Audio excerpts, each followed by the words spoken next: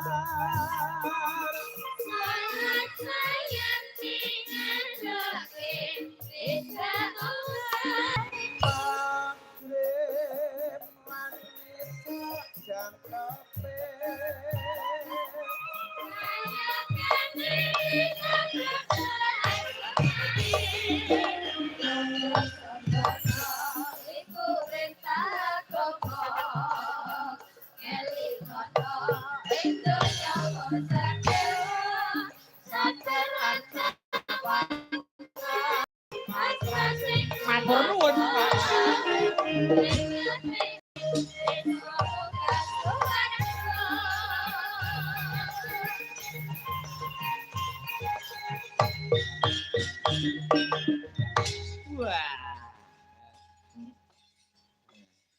Wilujeng dalu, selamat malam Mas Gareng. Wilujeng dalu, selamat malam Mas Akbar Yong Cangik Mbak Yulimbo. Alhamdulillah dipertemukan kembali antara kula kalian panjenengan. Dangu mboten pinanggih tak petang-petang wis menek patang dina ra ketemu. Nah, ya alhamdulillah lantaran Mbak Zainah Zahra leres kula kalian panjenengan saged bertemu malih menghibur para warga masyarakat Kecamatan Brebeg dan seluruh masyarakat pecinta wayang Kadipaten Nganjuk, Mas. Injih luar biasa ing atase Kyai sing sembodo ning ora eman karo bandane kanggo nglakoni sedekah perintahing Gusti. Ujube beniki sedekah budaya, sedekah rasa kagem sedaya warga ing Laladan Brebeg lan sak kanan kiringipun. Nggih. Ana tetembungan kuno sing dawuh asodaqatu dafulil balak. Artinya sapa sing gelem sedekah bakal diadohke saka balak lan bebenduning jagat.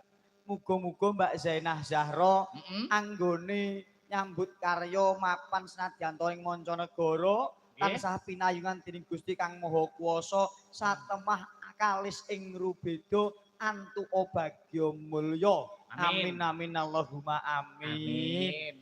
Luar biasa. Penonton malam hari ini luar biasa Mas Gareng. Tumplek-blek Mas Akbar. Wonten ing Stadion Brebeg. Leres. Ternyatipun senadyan menika sasine wis mlebu rendeng yae ning pinaringan terang tingkas bengi iki Padang. Oh lah yo ora sombong ora umuk. Heeh.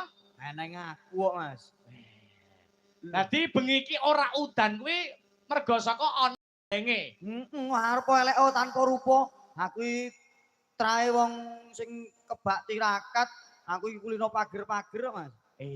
Pager-pager maksudnya mageri omah, nganggo donga, ngono kuwi Mas. Iya, anggere nek wong digawe enek kajatan, enek acara ini sing mageri aku. Kaya bengi iki ya. Heeh, nek bengi iki gak wateh aku Mas, nek sing ndek wingi Mas. Wah, ndek iki ndelah Pak Deku duwe gawe. Pak Demu duwe gawe. Sambati le, pager ono piye carane ben gak udan tur ben aman. Nah, ngono. Alhamdulillah tak pageri rapet Mas, saking rapete tamu gak iso bomah. Aman rene